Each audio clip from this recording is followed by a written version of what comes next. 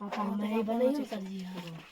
दोस्तों, welcome back to my YouTube channel Maths Plaza. दोस्तों, आज मैं इस वीडियो में बिहार बोर्ड क्लास 8 सामाजिक आर्थिक एवं राजनीतिक जीवन इसका चैप्टर 6 अध्याय 6 जिसका नाम है न्यायिक प्रक्रिया। न्यायिक प्रक्रिया आज मैं इस चैप्टर का व्याख्या करने वाला हूँ। आइए देखते हैं।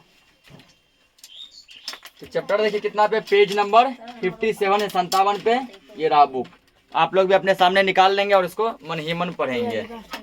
समझिए, आप में से शायद ही कोई ऐसा होगा जिसने पुलिस का जिक्र नहीं सुना होगा, ना ही उसे आपने देखा भी होगा। ऐसा कोई स्टूडेंट है इसमें जो कि पुलिस को कभी नहीं देखा है? तो सभी बच्चा जो पुलिस को कभी न कभी देखा होगा, ठीक ना।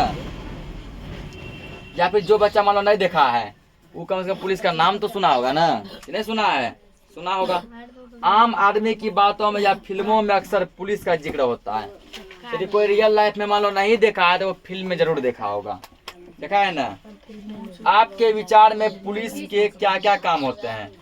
बता, कोई ऐसा स्टूडेंट इसमें जो बता सकता है कि पुलिस का क्या क्या काम है कोई बताने वाला?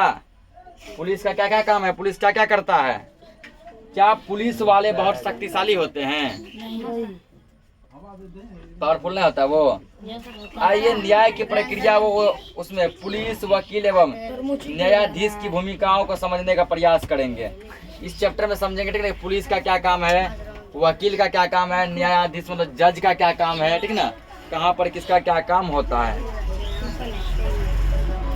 विनोद आज अपने स्कूल की नींव डालने के लिए मजदूरों के साथ अपनी जमीन पर आया। विनोद की जमीन अवधेश के घर से सटी हुई थी, ठीक है। विनोद का जमीन जो है अवधेश के घर से क्या था? सटा हुआ था। जैसे ही विनोद ने मजदूरों से अपने नए घर की नींव खोदने की बात कही तभी अवधेश वहां आ गया। ये सोचा आप घर बनाएंगे तो नींव डालेंगे, मतलब नींव लेंगे, ठीक है ना। नींव डालेंगे तो उतने में क्या आ गया? अवधेश आ गया, क्योंकि विनोद का जमीन जो है अवधेश के जमीन से क्या था? सटा हुआ था। अवधेश आ गया। उसने विनोद को अपने घर से 2 फीट हटकर नींव खोदने की बात कही। बोला, देखो तुम्हारा जमीन यहाँ से सटा हुआ है, ठीक है, लेकिन तुम यहाँ से नींव नहीं डालोगे। इससे जो कितना 2 फीट अलग, यानी तुम यहाँ से गड्ढा खोदो, यहाँ से, यानी इतना गैपिंग रहना चाहिए, ठीक। यहाँ से गड्ढा खोदेगा। उसने कहा, मेरी जमीन तो आपके घर से सटी हुई है और मेरी दीवार आपके घर की दीवार से सटी रहेगी। तो विनोद कहता अवधेश से कि मेरा जमीन जब आपके जमीन से सटा हुआ है तो मेरा दीवार भी आपके घर की दीवार से क्या होगा? सटा रहेगा। विनोद ने काम शुरू करवा दिया। विनोद क्या किया? काम शुरू करवा दिया। मजदूरों को बोल दिया कि ठीक ना, कि पूरा वहां से सटा कर गड्ढा खोदो। इस पर अवधेश भड़क गया, ठीक ना। अवधेश पूरा क्या हो गया? भड़क गया, पूरा मतलब गुस्से में आ गया। दोनों तरफ से लोग झगड़ने लगे, पूरा विनोद की तरफ से भी और अवधेश की तरफ से भी क्या होने लगा? पूरा मारपीट चला, पूरा पुष्ट मार चला, ठीक ना। लड़ाई झगड़ा पूरा होने लगा। तब किसी ने कहा, भाई क्यों झगड़ते हो? क्यों नहीं बात ग्राम कचहरी में ले जाते हो? बोला कि आपस में झगड़ा करके कुछ नहीं होगा, तुम उसका कपार कान फोड़ोगे, वो तुम्हारा कपार कान फोड़ेगा, लेकिन कुछ हासिल नहीं होगा, ठीक ना। एक काम करो, इस बात को ग्राम कचहरी में ले चलो। ग्राम कचहरी ने जमीन के कागजात के आधार पर अवधेश के पक्ष में फैसला सुनाया। ग्राम कचहरी वाला देखा कि अवधेश के पास जो जमीन का टोटल कागजात था, ठीक ना, इसलिए फैसला अवधेश के पक्ष में आया। तो अवधेश का क्या फैसला था? अवधेश का ये मानना था कि मेरे जमीन से 2 फीट हट के गड्ढा खोदो, ये काम था ना। विनोद बोला मेरा जमीन आपकी जमीन से सटल है, वहीं से खोदेंगे। फैसला मिला अवधेश के पक्ष में, तो वो उसके जमीन से 2 फीट हट के गड्ढा खोदेगा। विनोद ने इस फैसले को नहीं माना। विनोद क्या हुआ? इस फैसले को नहीं माना और अगले दिन जब अवधेश अपने घर पर ही था तो विनोद ने उसकी दीवार से सटाकर अपनी दीवार खड़ी करनी शुरू कर दी।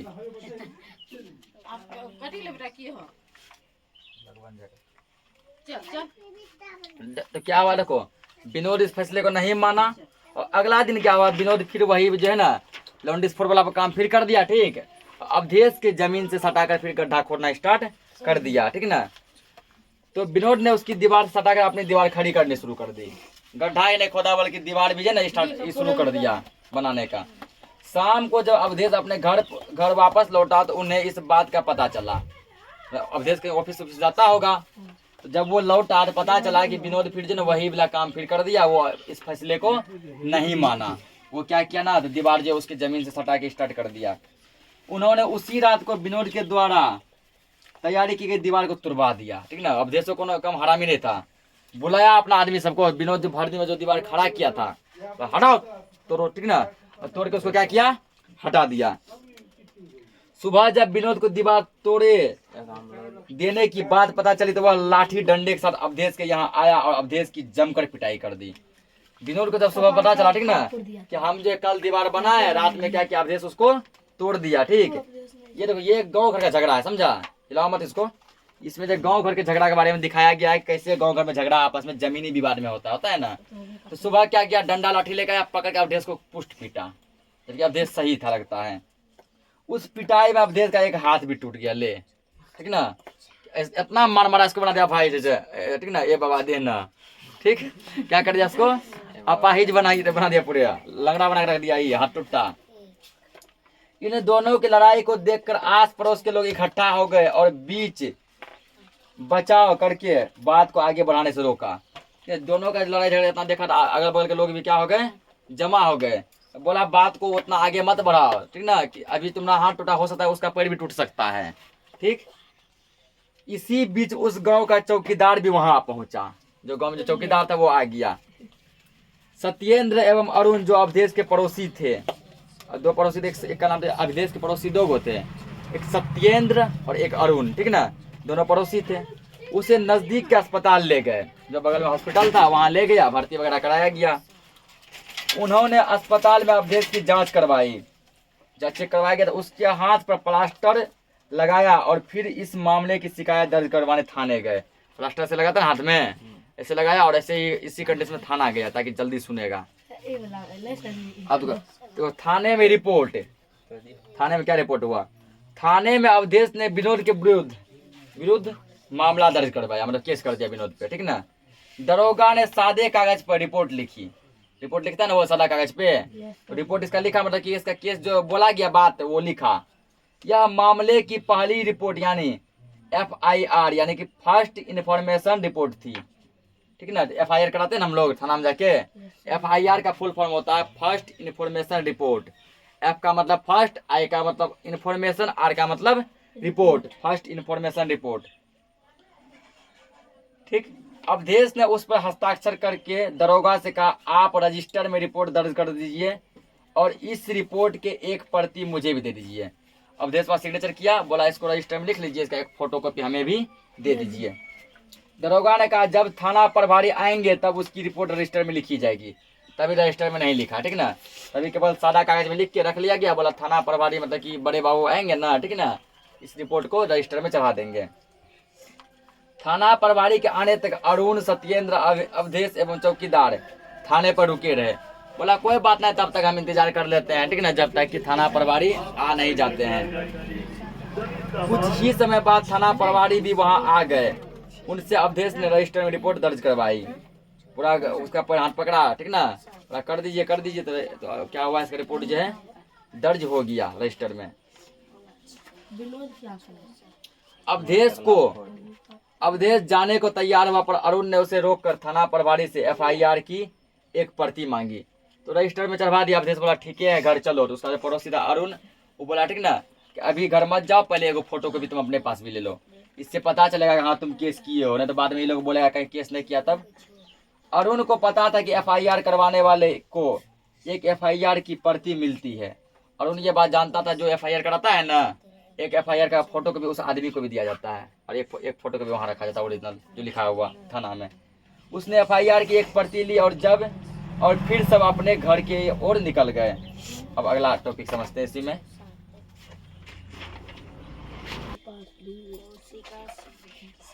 तो अगला टॉपिक आप समझेंगे मामले की छानबीन। केस तो कर दिया गया, अब पुलिस क्या करेंगे, इस मामले में चेक करने आएंगे, तो मामले का छानबीन। FIR के आधार पर थाना प्रभारी ने दरोगा से मामले की छानबीन करने को कहा था। बड़ा बाबू जी जो थाना प्रभारी थे वो दरोगा को बोले ठीक है देखो रे जाके क्या मामला है, क्या मुद्दा है, क्यों ये केस आया है, क्यों FIR दर्ज कराया गया है। दरोगा उसी दिन अवधेश के घर पहुंचा, जैसे प्रभारी जी का हाथी मिला, ठीक ना, नोटिस मतलब हुक्म दरोगा साहब क्या हुआ, अवधेश के घर पहुंचे। पहले तो उसने अवधेश की चोट देखी, देखा पूरा चोट, हाथ था तो भयंकर चोट था, हाथ टूट गया, ऐसे लगा प्लास्टर ऑफ पेरिस, ठीक ना। डॉक्टर की पर्ची से पता चला कि चोट काफी गंभीर है। वो पुर्जा जो होता है चेक करता है ना, इसका मान के चलो कि सीटी स्कैन कराया हो, एक्सरे कराया होगा, एक्सरे जब कराया होगा, ठीक ना, तो उसको पता चला कि चोट बहुत ही गंभीर है। उसने अवधेश के पड़ोसियों से पूछताछ की। अब जो अवधेश के अगल बगल जो पड़ोसी था उसको पूछताछ की गलती इसका था कि पड़ोसियों ने मारपीट के बारे में विस्तार से जानकारी दिया। दरोगा को विश्वास हो गया कि अवधेश को मारपीट से ही इतनी चोट लगी है। दरोगा समझ गया कि इसका कुछ और मुद्दा नहीं है, इसको इतना चोट आया किससे आया है, मारपीट से आया है। वह विनोद के पास गया और उसको बताया कि वह उसे अवधेश को गंभीर चोट पहुंचाने के जुर्म में गिरफ्तार कर रहा है। दरोगा क्या किया, विनोद के यहाँ गया, बोला मैं तुमको गिरफ्तार कर रहा हूँ। बोला किस जुर्म में, अवधेश को मारपीट करने के जुर्म में, अवधेश को चोट पहुंचाने के जुर्म में मैं तुम्हें गिरफ्तार कर रहा हूँ। दरोगा उसे अपने साथ थाने ले गया, ठीक ना। दरोगा क्या किया, उसको थाना ले गया। उसने वहाँ उसने पूछताछ की, उसने क्या की, पूछताछ की। विनोद इस बात को इनकार कर गया, उसने अवधेश की मारपीट की है। विनोद साहब मुकर गया, बोला हम नहीं मारे उसको। ये विनोद थोड़ा ऑन स्पॉट टाइप का आदमी था, ठीक ना। वो साहब मुकर गया, बोला हम के अवधेश के हम नहीं पहचानते हैं, उसको नहीं मारे हैं। बोला अच्छा रुको बेटा तुमको दिखाते हैं, तुम नहीं मारा है, ठीक ना। जब 2-4 डंडा पिछवाड़े पड़ेगा ना, अपने आप बोलेगा हम ही मारे हैं, हम ही मारे हैं। पहले ये क्या बोलने लगा कि हम जो है नहीं मारे हैं, ठीक। अब देखो तो मामले का छानबीन हो गया, इसको पकड़ के ले गया। आप समझ गिरफ्तारी कैसे जेल में बंद करता है। गिरफ्तारी, किसी भी व्यक्ति को गिरफ्तार करते समय उसे यह बताना जरूरी है कि उसे किस अपराध के लिए गिरफ्तार किया जा रहा है। पुलिस कभी भी किसी भी आदमी को यूं ही जो है ऐसे गिरफ्तार करके नहीं ले जाती है, ठीक ना। वो पहले तुमको जो बताएगा कि तुम्हारा अपराध क्या है, तुम्हारा जुर्म क्या है, तुम्हारा गलती क्या है, तुमको किस गलती के थ्रू जो है गिरफ्तार किया जा रहा है, ये पहले पुलिस तुमको क्या करेगा, पहले बताएगा, ठीक ना। यदि उसे यह नहीं बताया जाता तो उसको यह अधिकार है कि वह अपनी गिरफ्तारी का कारण पूछे।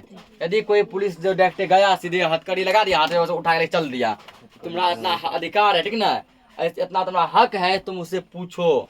तुम्हारा पूछने का क्या है, हक है कि सर हमको जो गिरफ्तार जो कर रहे हैं, हमको जो लेके जा रहे हैं, किस जुर्म में लेके जा रहे हैं, किस अपराध के जुर्म में लेके जा रहे हैं, मेरा गलती क्या है, तुम्हारा हक है ये पूछने का। बिना अपराध बताए किसी को गिरफ्तार करना गलत है। यदि कोई पुलिस किसी मुजरिम को बिना अपराध बताए गिरफ्तार करता है, पुलिस पर भी केस हो सकता है। तुम जाके पुलिस पे ही केस कर सकता है, उससे जो बड़ा पुलिस होगा। मान के चलो कि जैसे दरोगा गिरफ्तार किया, तुमको अपराध नहीं बताया, तुम्हारा गलती क्या है, तुम थाना प्रभारी के पास जाओ, ठीक ना, या कोई बड़ा कोर्ट में जाओ या कोई बड़ा पुलिस स्टेशन में जाओ, उसका दरोगा का अथी कर दो, FIR दर्ज करा दो कि मेरा कोई गलती नहीं था, हमको बिना अपराध का ये क्या किया, गिरफ्तार किया है। इसलिए पुलिस क्या करता है, उसको अपराध जरूर बताता है। किसी भी व्यक्ति और तो किसी भी व्यक्ति को गिरफ्तारी के 24 घंटे के अंदर उसे मजिस्ट्रेट के सामने प्रस्तुत करना पड़ता है। मजिस्ट्रेट जो कि सबका मान लो हेड होता है, ठीक ना। जिला में मजिस्ट्रेट कहाँ बैठता है, जिला में, यानी कि डिस्ट्रिक्ट वगैरह में बैठता है बड़ा जेलर साहब सब, ठीक ना। वहाँ 24 घंटा के अंदर, 1 दिन के अंदर वहाँ उसको लेके जाना पड़ता है। कानून के अनुसार पुलिस थाने में किसी पर भी अपना जुर्म कबूल करने के लिए जबरदस्ती नहीं कर सकती है। ये कानून ये कहता है ना, कोई भी पुलिस जो किसी मुजरिम को जो है, अपराधी को जबरदस्ती ये नहीं बोल सकता कि तुम ये बात मानो, तुम ही किया, ठीक ना। यदि फिल्म सब में, पिक्चर से ऐसा दिखाया जाता है या रियल में कहीं ऐसा होता है कि जबरदस्ती उसको डंडा से पीट पीट के जो ना उसका अपराध कबूल करवाता है ना।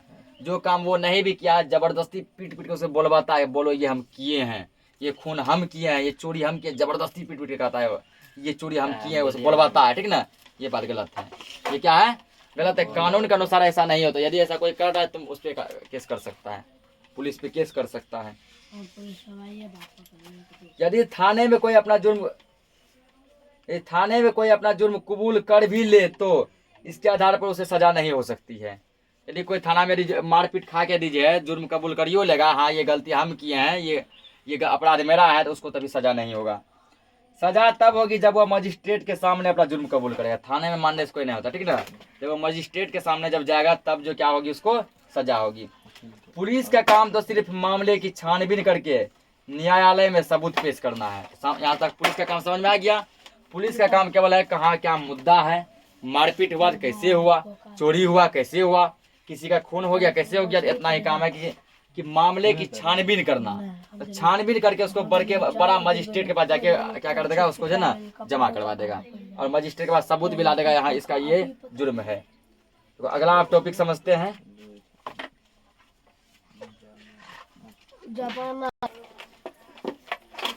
अगला टॉपिक तो क्या, जमानत, ठीक ना।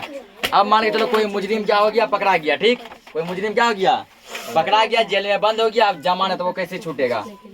थाना प्रभारी ने विनोद को हवालात में बंद कर दिया। हवालात मतलब जेल में क्या किया, बंद कर दिया। उसने थानेदार से बहुत कहा कि उसे छोड़ दिया जाए।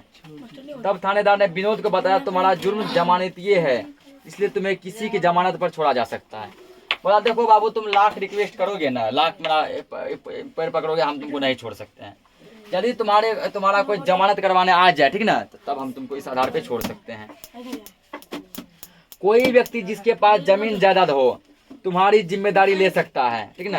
मतलब कोई ऐसा व्यक्ति जिसके पास जो बहुत ज्यादा जमीन जायदाद है, जो तुम्हारा जिम्मेदारी ले सके कि हाँ कि विनोद का जिम्मेदारी हम लेते हैं, आगे से या ऐसा कोई भी गलती नहीं करेगा, तब कुछ माल पत्थर ले दे के छोड़ देगा इसको, मतलब पैसा कौड़ी लेके छोड़ देगा, ठीक ना। वो नहीं लिखा है यहाँ, लेकिन लेवे करेगा। उसने आगे समझाया, यदि वह तुम्हारी जमानत ले तो तुम्हें घर जाने दिया जा सकता है। यदि कोई व्यक्ति तुम्हारा जमानत ले तो वो घर जाने मिल जाएगा। यदि तुम्हारे पास भी कुछ जमीन जायदाद हो तो तुम भी बॉन्ड भर सकते हो। तो यदि तुम्हारे पास जमीन जायदाद है तो तुम अपना जमीन जायदाद का भी कागजात लगाओ, बॉन्ड भरो। तुम्हें जब भी थाने या कचहरी बुलाया जाएगा तुम्हें आना पड़ेगा, नहीं तो वह जायदाद जब्त कर ली जाएगी। बोला देखो, जमीन जायदाद है तो दे दो, यहाँ पे उसका कागज पत्र लगाओ, जमानत तुम्हारा हो जाएगा। लेकिन जब तुम्हारा तारीख होगा, तारीख आता है ना कोर्ट का, जब तारीख होगा, ठीक ना, उस तारीख को तुमको जहां भी बुलाया जाएगा, कोर्ट कचहरी जहां भी, तुमको आना पड़ेगा। विनोद ने बताया कि उसके पास 5 एकड़ जमीन है। कितना एकड़ है, 5 एकड़। फिर उसने पहले अपने लिए बॉन्ड भर दिया। बॉन्ड क्या क्या भर दिया, ठीक ना। थानेदार ने उसे यह भी बताया, कल तुम्हें पेशी के लिए अदालत आना पड़ेगा। तो ठीक है चलो, अभी तुमको छोड़ने घर जाओ कल, लेकिन तुमको अदालत यानी कोर्ट आना पड़ेगा। तुम चाहो तो अपने बचाव के लिए वकील रख सकते हो। तो यदि तुम चाहते हो तो अपने बचाव के लिए एक वकील रख लो। वकील तुम्हारा केस का छानबीन करके, ठीक ना, कोर्ट में लड़ेगा, कोर्ट में बहस करेगा। यदि वकील बहस में जीत गया तो तुम बाइज्जत बरी हो जाओगे, फिर तुमसे केस जो जीवन भर के लिए क्या हो जाएगा, हट जाएगा। अब देखो, गैर जमानती अपराध, समझ गया। अगला टॉपिक क्या है, गैर जमानती अपराध। हर जगह विनोद तो जमानत पर छूट गया, पर सभी जुर्म जमानती नहीं होते हैं। पर कुछ ऐसा जुर्म होता है, ठीक ना, कुछ ऐसा जुर्म होता है जो कि जमानत पे छूट जाता है। समझो ध्यान से, कुछ ऐसा जुर्म होता है जो जमानत करवाने पे छूट जाता है, लेकिन सभी जुर्म जो है, सभी अपराध ऐसा नहीं होता है जो जमानत पर छूट सके। जैसे चोरी, डकैती, कत्ल, रिश्वत आदि जुर्मों में गिरफ्तार लोगों को जमानत पर छूटने का अधिकार नहीं है। जैसे तुम चोरी किया, कि डकैती किया, कत्ल, किसी का खून कर दिया, किसी से तुम रिश्वत मतलब घूस लिया, इन सब में जो तुमको केस होगा ना, ठीक ना, वो कभी भी जमानत उसका नहीं होगा। ऐसे गैर जमानती जुर्मों में भी मजिस्ट्रेट को जमानत की अर्जी दी जा सकती है। दंडाधिकारी मतलब जो मजिस्ट्रेट है, जो दंड देते हैं, ठीक है, जो जेलर साहब हैं, जमानत का वहाँ जिक्र लगा दो, लेकिन जमानत का जिक्र लगा दो, फिर यह मजिस्ट्रेट के ऊपर है कि जमानत मंजूर करे या इनकार करे। अगला पहली पेशी, ठीक ना। अगला क्या है, पहली पेशी की मतलब कि अदालत में जो है पहला बार जब तुम जाएगा। अगले दिन प्रथम श्रेणी मजिस्ट्रेट की कचहरी विनोद की में पेशी होने वाली थी। अगला दिन जब इसको रात भर के लिए छोड़ा गया तो पहला जो पेशी जो था वो जो मजिस्ट्रेट ऑफिस में विनोद का ही था। यह कचहरी जिला मुख्यालय आरा में था, यानी यह बात जो आरा जिले का है। कौन जिले का, आरा जिले का, आरा का था। कचहरी के आसपास काफी लोग थे, मतलब पूरा भीड़ लगल था। उनमें से काले कोट पहने हुए वकील भी थे, ठीक ना। काला कोट पहना हुआ क्या था, कुछ वकील भी था। कई अभियुक्ति और दूसरे मामले के पेशी के लिए आए हुए थे, और भी बहुत सारे लोग थे जिसपे अलग अलग प्रकार का FIR केस वगैरह हुआ था। विनोद, अवधेश, अरुण, विनोद का पुत्र, थाना प्रभारी और दरोगा भी वहां थे, ठीक ना, ये सब थे। विनोद ने अपना वकील कर लिया था, विनोद ने अपना वकील रखा था जो उसका केस लड़ेगा। पुलिस की ओर से सरकारी वकील मुकदमा लड़ रहा था, ठीक ना। पुलिस की तरफ से एक सरकारी वकील था और विनोद का एक प्राइवेट अपना वकील था। कुछ ही देर में विनोद की पेशी की पुकार हुई। विनोद जब वहाँ गया, ठीक, प्रथम श्रेणी मजिस्ट्रेट के सामने इस मुकदमे की यह पहली पेशी थी। उस दिन जो सबसे पहला पेशी विनोद का ही था। थानेदार ने विनोद के वकील को एफआईआर और पुलिस रिपोर्ट की एक प्रति दे दी ताकि उसे पता रहे कि विनोद पर क्या इल्जाम लगाए गए हैं। थानेदार जो है जेलर साहब क्या किए, ठीक ना, इसको एक जो फोटो कॉपी दे दी एफआईआर जो लिखाया गया था उसके खिलाफ। इससे तुमको पता चले कि एफआईआर क्यों हुआ है, केस क्यों किया गया है। यह भी पता हो कि उसके विरुद्ध क्या जानकारी इकट्ठी की गई है, क्या क्या मतलब कि उसके खिलाफ जो जानकारी मिला है। इन सारी बातों को जानने के बाद ही विनोद का वकील उसका बचाव कर सकता था, क्योंकि कोई भी वकील जानेगा तभी है ना। वकील को पता नहीं केस क्यों हो गया, अपने थोड़ी जाके वो बोलेगा, तो इसको पता होना चाहिए। सरकारी वकील ने विनोद पर अवधेश को गंभीर चोट पहुंचाने का आरोप लगाया। जो सरकारी वकील था वो बोला है कि ठीक है ना, विनोद जो अवधेश को बहुत ही बुरी तरीके से मारपीट किया है, इसी गंभीर अपराध में उसको क्या करते हैं,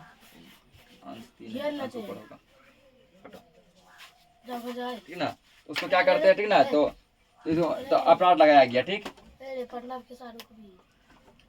बैठ जा रहे। विनोद ने इल्जाम कबूल नहीं किया। विनोद बोला नहीं, ये बात नहीं, हम उसको मारपीट नहीं किए हैं। मजिस्ट्रेट ने 25 दिन बाद अगली पेशी की तारीख की।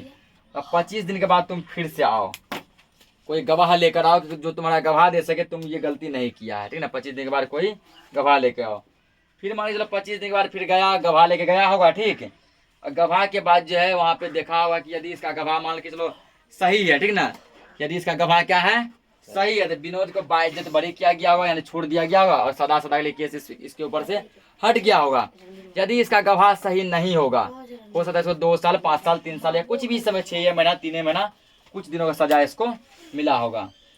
तो बाकी आगे जो भी थोड़ा कुछ बचा है तुम लोग घर पे इसको पढ़ लेना, ठीक ना, क्योंकि वीडियो काफी लंबा हो चुका है, इसलिए आज के लिए इस क्लास को इतना ही रखते हैं। मिलते हैं फिर नेक्स्ट अध्याय में, नेक्स्ट लेक्चर में इसका क्वेश्चन आंसर करवाते हैं। तब तक के लिए जय हिंद।